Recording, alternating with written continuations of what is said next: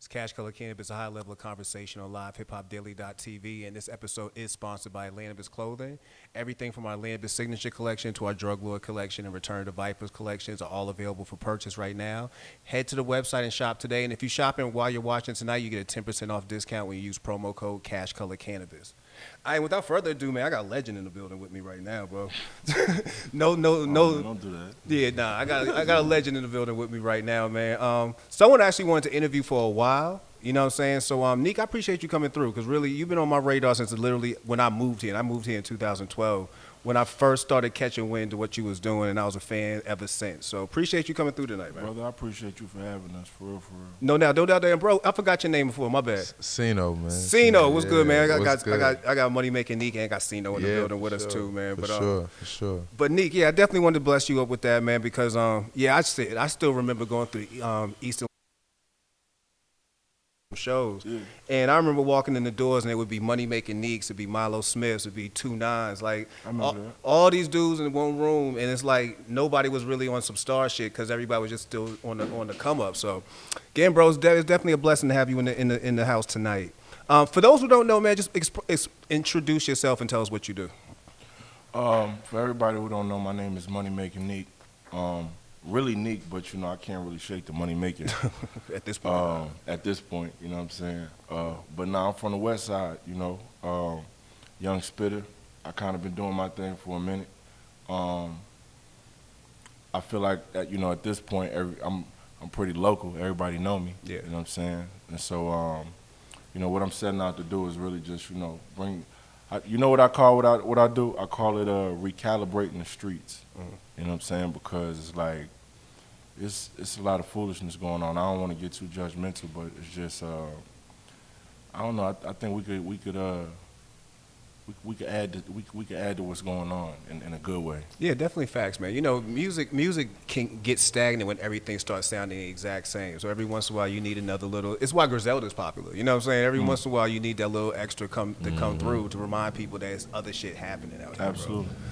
So, Nique, tell us about the first time you actually discovered hip hop. Like, when was the first time for you? Because if I'm not mistaken, you don't even do too many interviews. But if I didn't look this up right, your moms used to rap. Yeah, my mama used to rap. Well, I want to say my introduction to rap though was probably Crisscross. That's not weird, especially in Atlanta, though. like Crisscross. Jump is like my earliest memory of a rap record. Yeah. Was you dressing backwards? I was definitely trying to. My mom wasn't having that shit, but you did try it. As a kid, you are curious, but. Yeah, she wasn't going for that shit. She caught me coming out the house one day with my pants on backwards and flipped out. She wasn't going for it. But yeah, that's probably when I got introduced to it. Yeah. That's my earliest memory of a rap record. And then I don't know. I've kind of I grew up in it. You know what I'm saying? Like I tell people, I'm a rap kid. Some kids they grow up immersed in rock culture. Yeah. Or you got some kids that grow up immersed in country music. I grew up in rap, you know what I'm saying? That's the best way I could put it. That's what's up, man. Yeah, you could tell through the lyrics, and you could tell by how you put together your music. You grew up in a certain era of rap too. Like you understand the not only just the importance of lyricism, but putting together a whole song. You know what I'm saying? Like I've never heard of a Nique record where I didn't feel like this isn't a complete record. You know what I mean? So who are some of your early inspirations? Like I know you mentioned Crisscross. Like I know you didn't come up saying it's just gonna be be Crisscross. Nah, not at all. I would say my earliest inspiration is probably, I want to give you an accurate answer.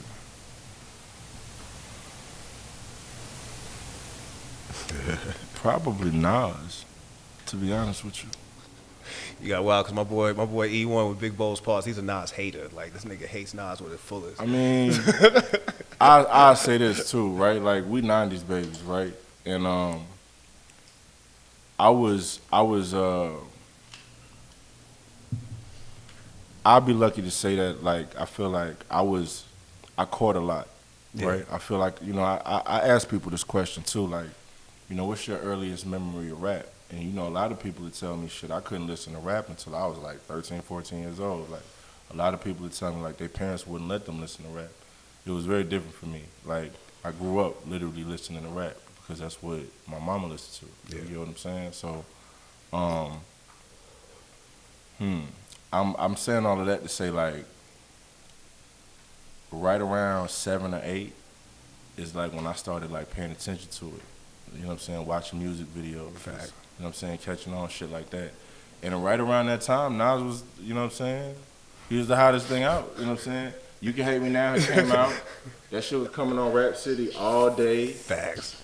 It's coming on BT all day. Facts. You know what I'm saying? Summertime, we ain't in school. I don't know why this Nas. I'm not gonna do it because for some reason, shout out to Chico. Everybody who came through, we somehow had this debate about Nas and Jay-Z, and I'm not even gonna do it today. I'm gonna let Nas live today. Look, man. I'm letting Nas live today. Yeah. Please. So, Cino, I don't want to leave you in the cut, man. 'Cause I know I feel most is around Nique, but introduce yourself too. Well, it's funny you say that because I'm known for being in the cut, but I'm Cino. You know, 1/3 of the Money Making Brothers collective. Young Bo not here right now, but yeah, man, I'm an artist as well. I represent the South Side of Atlanta, so you know, we working right now. I'm here supporting my brother. We're gonna get into Money Making Brothers too. Doing That's that another. thing. That's a movement. You know what I'm saying? Like literally from the parties, all that shit. That's a movement. When you started name dropping, I was like, wow, it go back like 2000. You say 2012. That was a peak time. That was a peak time, and I was going to get into that too, because Atlanta, I've actually been able to be down here from, I was visiting way before even 2012, but to see the scene from when it was in 2012 to what it is right now is drastically different, especially when it comes to just, I think a lot of it is because of lack of venues at this point. Like, at one point, y'all had department stores. You had almost everything in East Atlanta, and that was almost hard-pressed to find a place to allow rap to just kind of exist. You know what I'm saying? Speak to us about, coming up in that time when you got names like Jid, you got Forte Bowie, you got 2 9s, you got all these cats kind of popping up, and none of them was kind of geared towards radio. It was more geared toward blogs. Like, speak to us about coming up in that time. I feel like that was our bread and butter, the internet. We had to play the internet because it's like if you're not, as far as I know, if you wasn't working with like a certain setup, and as far as a team, as far as backing. You didn't really have a shot at the radio. Yeah. Unless you can get your song hot in the streets and then they gotta play it. You know what I'm saying? So for us, I think like the internet was really just our bread and butter. You know, if you were savvy enough, you know. Yeah. That's kind of how we got music out. You know what I'm saying? Like I think at one point like Twitter was like my biggest outlet to release something. And they be waiting. Like at one point, Twitter used to be so engaging that you could drop a record midnight and every blog would pick it up within 20 minutes because people just was on there trying to support. Nowadays, it's not. That's definitely changed. That's just definitely changed, man. But during that time, you actually had a deal. I found out, man. Yeah. You had a deal with Atlantic, man. I had a situation. First off, talk to us about how the deal came to life, and then tell us about when you realized that deal might not have been for you. So I tell people this all the time. I don't want people to feel like I got a raw deal or I was in a bad deal or some shit like that. Yeah. It was literally just creative differences. It's like they wanted to go one way, we didn't want to go that way. So it's like, all right, let's part ways. You know what I'm saying? I don't want to make it sound any more serious than it was. I think I learned a lot from that entire situation. Everything that everybody had told me about record labels up until that point, I kind of just had to trust their word until I got into the situation to see for myself, and I seen a lot of what people were talking about. You know what I'm saying? Just in terms of creative differences. Say if you don't agree, it'll take months to have a conversation. You know what I'm saying? Shit like that. I mean, in a nutshell. It was definitely a learning experience. You know what I'm saying? I would say, like, as an artist, I absolutely needed to go through that. Yeah. I feel like at one point, Atlantic had half of Atlanta signed. Yeah, they was running around crazy. Yeah, they had like half the city signed up. That's not a reach either. No, you look around and literally everybody was either signed to Snatching niggas Atlantic. I'm talking about they went on a run for like 2-3 years. Bro. Ran through every club. Whoever had any kind of buzz, yo, you want to sign something real quick? Absolutely. So I feel you, man. Like a lot of people, they don't really fully get what it's like to be in a system like a record label until they actually get into it. Because the first thing they want to do is not alter your creativity, but get your creativity to the point where it points more towards pop and not necessarily, and that might not be your shit. And this is the thing. Let me say this too. I had a distribution deal with Atlantic. Okay. Right, which it kind of gave me a bit more leeway just in terms of like creative control. So at a point where it was like, all right, well, we're not trying to do that. You know, they was on some shit like, well, yo, we don't really feel faithful in what you got going on. And then they'd counter with something, and we'd be like, well, what is that? You know what I'm saying? So, and no, not to throw no shade. Like, yo, I appreciate the opportunity because it taught me so much. It showed me a lot of shit I needed to see. Yeah. You know what I'm saying? So, you know, it ain't worked out. We parted ways. They let me go. Yeah. You know what I'm saying? They let me, and I'm grateful for that too, because yo, a lot of cats. Sure. Get stuck on They the get stuck, man. They can't do nothing. You know what I'm saying? The best thing I could tell people is to know your paperwork. Like one thing I say is like going into it, I knew my paperwork. You know what I'm saying? Like I sat down with my lawyer in Barnes and Nobles and I asked questions for like 2 hours. Just what this mean? What this mean? He's saying like long words. I'm writing them down. I'm gonna go home and look them up myself. Facts, you know boy. what I'm Don't get caught in no contract. Man, Don't get caught. Yeah, but see, that's what I learned is like, you know, they'll put a clause in the contract, you put a counter clause. You get what I'm saying? Like it was pretty much a game of that. So, you know, when it was time to go, it wasn't really like they didn't really have a problem with it. We didn't really have a problem with it. It was just a process of, you know, like getting out of some shit. Like literally take a minute, but. It wasn't like, you know, nobody was like, it wasn't no tug of war. Did it hold up you putting out any music for any chance, like EPs, albums, anything like that? It did for a minute because I had a project ready to go. Okay. And so essentially the project ended up not coming out. And then we didn't really know how putting new music out would affect us in terms of trying to do another situation. You get what I'm saying? Yeah.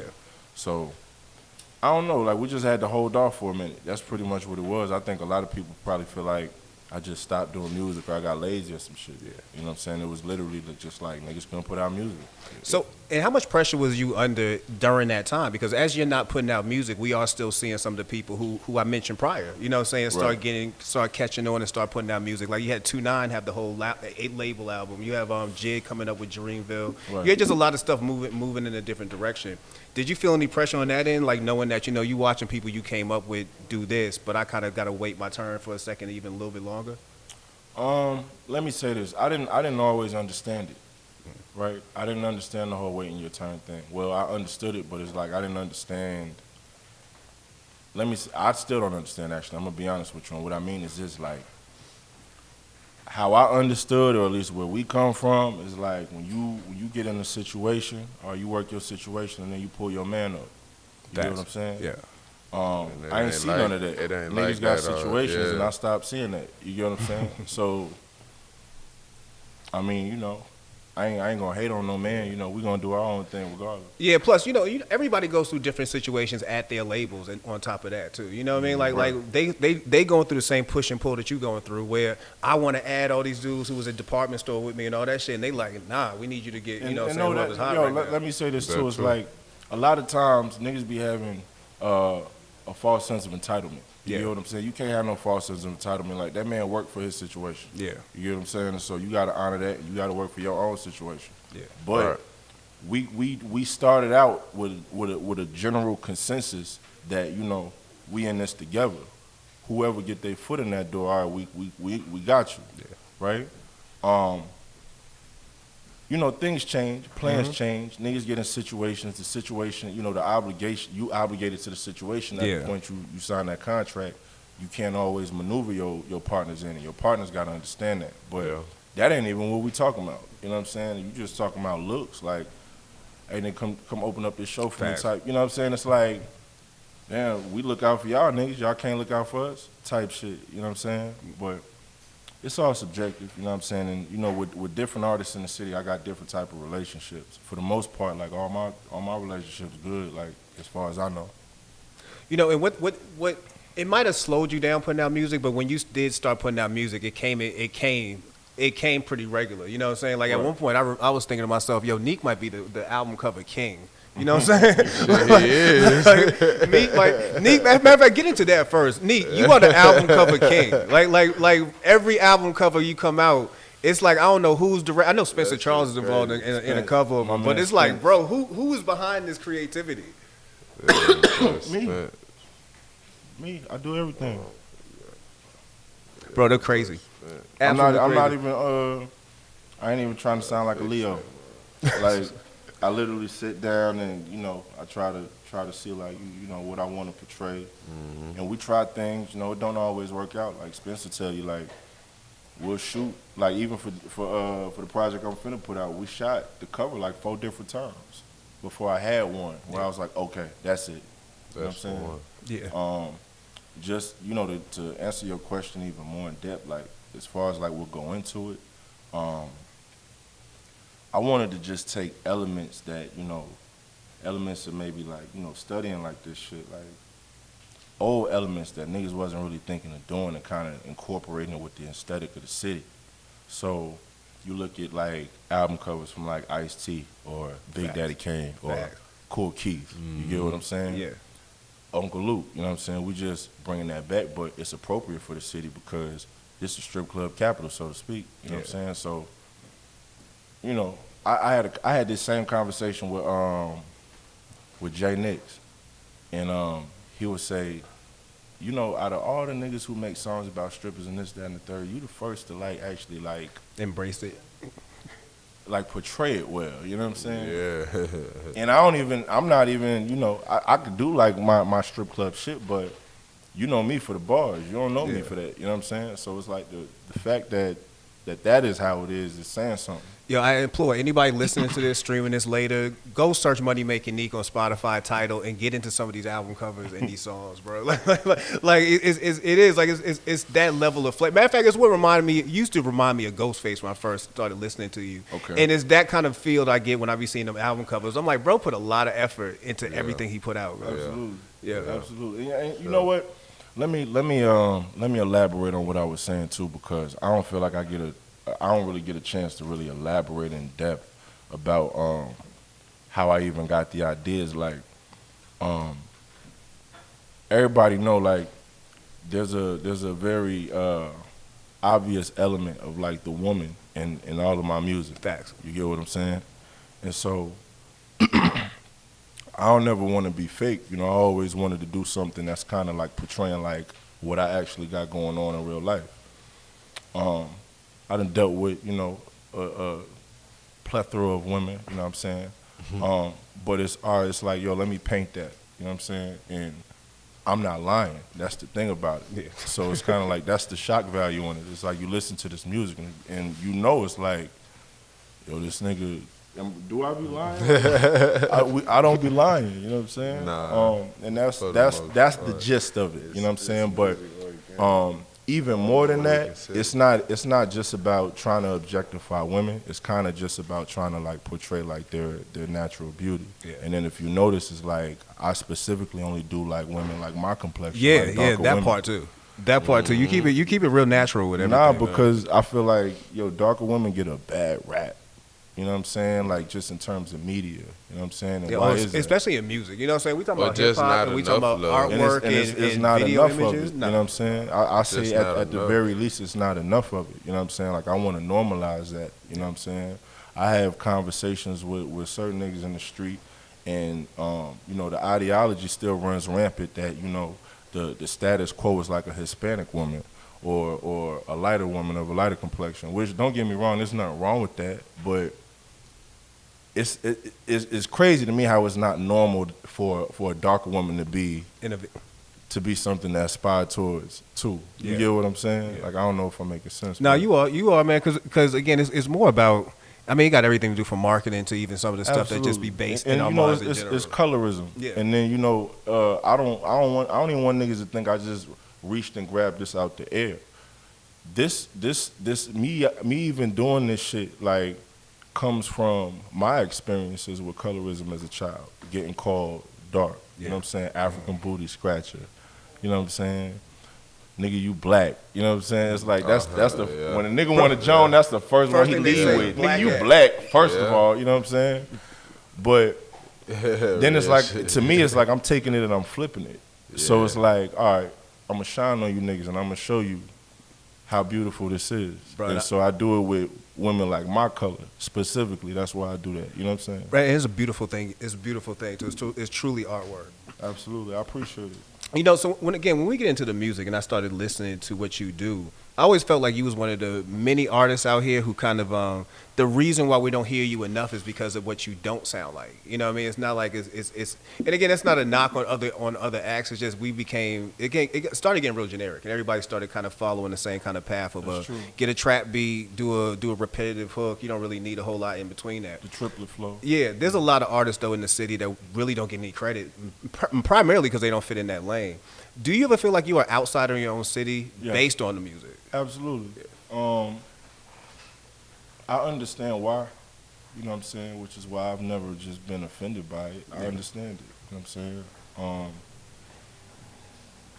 We came here, you know what I'm saying. I came here when I was a kid, so it's like I've been here so long to where it's like I'm a grown-ass man now. This is home, you know what I'm saying. I don't know any place. It's like this is the one place I could cover my eyes and walk down the street and still know where you're going. You know what I'm saying? Right. So it's like, I've never shied away from like roots though. You know what I'm saying? Like the shit we grew up listening to in the house. Like my mama listened to everything from Outkast to the Fugees, and then you know I'm the baby out of a bunch of cousins, and so naturally they listening to like Wu-Tang, DMX, Rough Riders, Rockefeller, all of that. I'm getting all of that as like a 6, 7, 8, 9, 10, 11, 12, 13, 14-year-old. And then I'm able to get into like Southern music more, you know what I'm saying, which I had already kind of been acclimated to when I think about it. Growing up, like my uncle played Project Pat, 3-6, Lil Troy. Project Pat don't get enough love either, man. You know what I'm saying? Lil White, you know what I'm saying? Like the whole 3-6. Yeah, the whole 3-6, Hypnotized Mind shit, you know what I'm saying? But I came up on that too. It's like, I got that too, you know what I'm saying? So it's like, at the end of the day, you know, my sound gonna be my sound. I'd like to think that at this point, like I done did a good mix of everything. Like I done demonstrated to niggas every kind of song. Even if you want to bring it down south, like I've demonstrated every kind of song. So it's like, for niggas that try to discredit me now, I feel like I don't know if it's on purpose. You know what I'm saying? I don't know if it's rooted in something. I don't know. Yeah. You know what I'm saying? But you know, my motto is be undeniable. Bro, first off, you keep going, and if you ain't first, you got to keep going. You know what I'm saying? There's never going to be, you can't really take the foot off the brake. Absolutely. And speaking of, man, your latest record, Ricky Bobby Brown. Yeah. Bro. Get into that record, man. Like for one, what was your vibe when you even went in and put that together? And two, explain to me why. Oh, I already know. I feel like I know why, but explain to me why you shortened your verse so much. Because I'm in the middle of. I was working out this morning listening to it. I'm like, this nigga just say you ain't getting no second verse. Okay? Y'all gotta pay for that second verse. You gotta pay for that. Nah, man. I just wanted something raw and to the point. You know, and then that's okay. So on this new project, like that's a format that I'm adopting, like getting to the point. I started noticing that like when you write like 2-3 verse songs, essentially it gets to a point to where you're looking for things to say. Yeah. Right? When you into it to say, when you hear something you inspired by it, the words just kind of come to you. Exactly. Right? And so I just let them come to me. I'm saying, all right, I'm gonna stop just looking for shit to say. Right? That doesn't require 4 minutes. That doesn't require 3 minutes and 30 seconds all the time. You get what I'm saying? Yeah. So if it's like a straight to the point thought, which is kind of what I was on with Ricky Bobby Brown, 2 minutes 16 seconds. You know what I'm saying? And if you want the second verse, well, gotta pay for it. You might could get that. You know what I'm saying? It all depends. You know what I'm saying?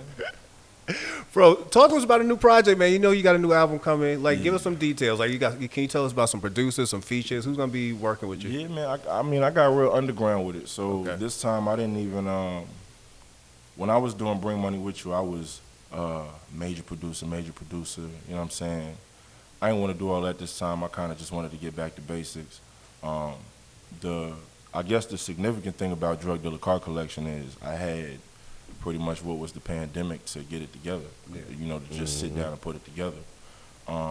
I tell people this too. Like I kind of isolated myself from everybody to get it done. Like last year, I probably spent 95% of my time alone, and so that was really just to get my mind right in terms of like where I was trying to go with the project, what I wanted to display, what I wanted to say as a statement. You know what I'm saying? And that kind of go back to what I was telling you about, you know, recalibrating the street, so to speak. Like, I don't know, just holding down our square and trying to lead by example. You know what I'm saying? Like, I'm not trying to be all in niggas' faces like, yeah, fuck with me.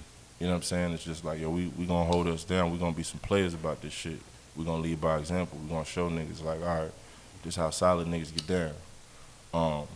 Drug dealer car collection is just that, bringing that to life. You know, in terms of like audio, is bringing that to life. You know.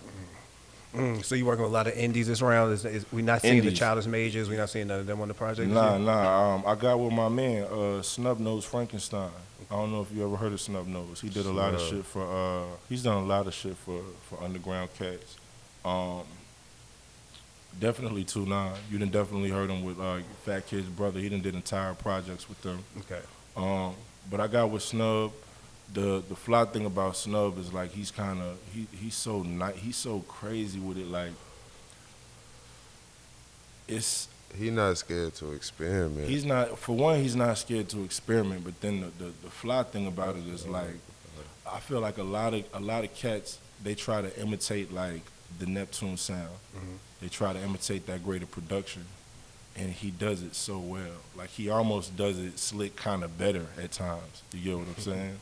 And that's a bold statement to say, but what I'm saying is like just in terms of like beat making, he nails it. You know what I'm saying? And I'm attracted to that because we come from that, like the Clips, growing up listening to the Clips, Re-Up Gang. Like I grew up, that's the type of shit I was playing growing up. You know what I'm saying? So for him to kind of give me that vein of production just kind of put me in the spirit of that, and that's kind of where Drug Dealer Car Collection come from. You know what I'm saying? You got a release date for it? June 18th for right now. Yeah, we're gonna try to we're gonna try our best to stick to that. You know what I'm saying? Niggas be pushing shit back. We ain't gonna try to push nothing back. We're gonna try to get that out when we say we're gonna put it out. Bro, you know the streets is ready for another Niggas Nique is project. niggas is 100% independent. So 4 years, dog, since Bring Money With You came out. that's too long, Nique. Yeah, it's way too long, bro. Yeah, man, niggas grew up. You know what I'm saying? It's way too long, man. Absolutely. You know, Way too long. if there was one thing you could, if there's one thing you could tell to yourself, you know, what I'm saying, to a younger version of yourself, knowing what you know right now, as far as from signing with a label to some of the hoops and hurdles you had to go through to get to the point where you at now as an independent, what kind of advice would you give yourself? Do it. I would tell myself to do it. You know what I'm saying? It's a lot of times, especially in the past, I figured out, you know, looking back, I tried to hear people out. Yeah. And so I would kind of, I couldn't really honor how I truly felt about the situation. I say, you know, we got to make an executive decision and we got to vote on something. Or if it's, I'm just giving you a situation, you know what I'm saying? And it swing the other way, but I know better. You know what I'm saying? Part of being a team member is like you kind of got to trust another point of view.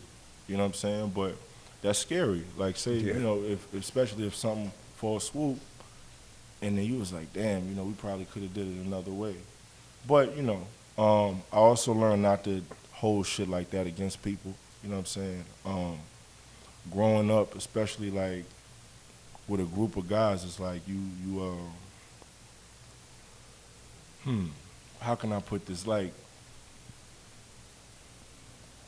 it's just interesting to see how we all develop in our different ways, right? And then you know how that all happens, essentially with us in unison, you know. Without getting too deep, I'm just saying like, you know, niggas grow up, man, and you know you realize the error in a lot of your ways. That's essentially what it was for me, man. Like just getting older.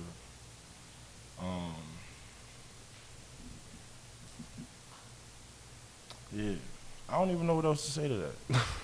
Keep it a buck with you. No, that's good, man. Bro, you've definitely been a good conversation. You know, and I also love the fact that you don't do a ton of interviews. So we wanted a few interviews. Yeah, and absolutely. we got Makin Nique in the studio to sit down and talk with us. Bro, before we get out of here, man, let people know, again, when they can expect drug dealer car collection to come out, how they can find you online, how they can stream the rest of your music and get into all these amazing all the amazing artwork you got out there. Absolutely, definitely tap in. Makin Nique across every platform, literally. Like you could Google Makin Nique, MONEYMAKINNIQUE. You could literally put. Listen, I got the what they call it, the search engine optimization shit. A lot, dog. I'm talking about you press my name and all that shit popping up. I'm talking about everything a nigga been doing. Money making. Listen, you go back 6 pages. They got what a nigga was doing in 2012. You get what I'm saying? Like, yeah, my shit on lock, man. Y'all gotta fuck with me though. But Makin Nique at everything: Instagram, Twitter, Snapchat, wherever you want to be nosy at. You know what I'm saying? My boy, man. Appreciate you coming through and showing that love, man. Absolutely, bro. Nique, appreciate you seeing that. Oh yeah, for sure, man. Appreciate you. And that's CashColorCannabis, a high level of conversation on LivehiphopDaily.tv. All right, we're gonna do